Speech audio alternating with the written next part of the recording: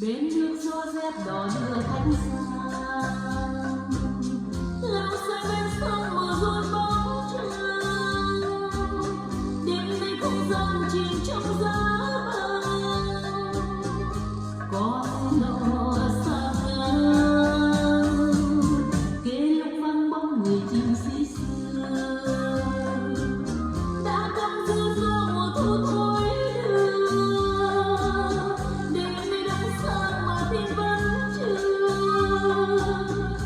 đưa về đó xưa mà đoàn hùng binh âm thầm sông lửa trong xưa thôi quay trong vắng hoa lang thang người lái đò tiếng còi trong sương đêm tiếng còi trong sương đêm theo gió đưa ôi buồn nghe đi buồn thôi con quân đi rồi thôi con quân đi rồi đi rồi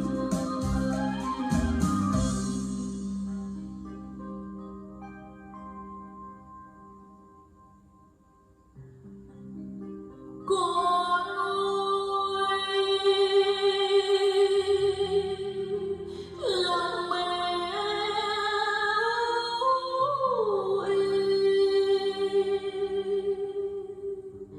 thương cho chồng mấy dặm sớm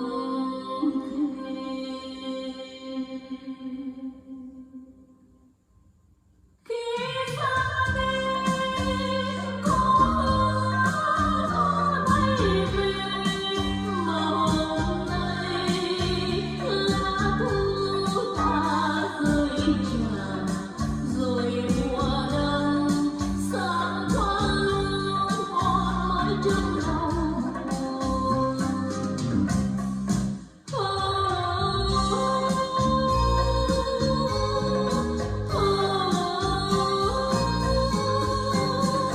tiếng còi trong sương đêm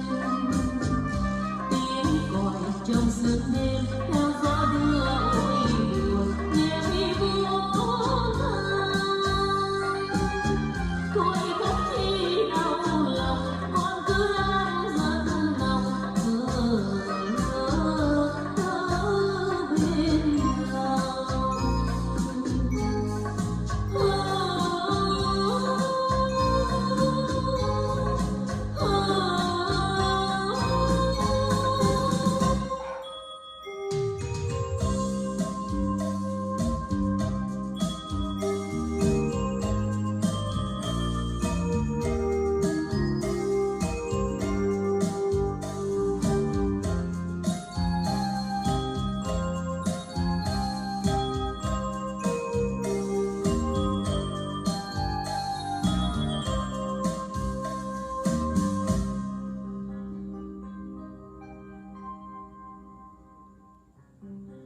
con ơi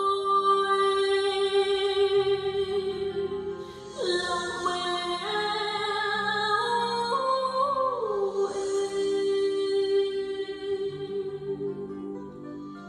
thương cho chồng mấy dặm sớm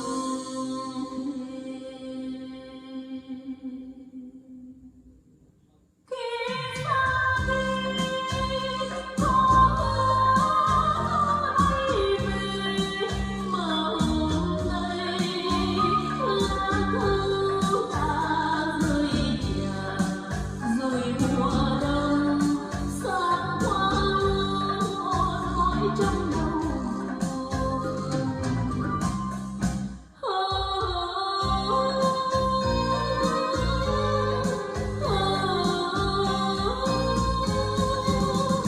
tiếng còi trong sương đêm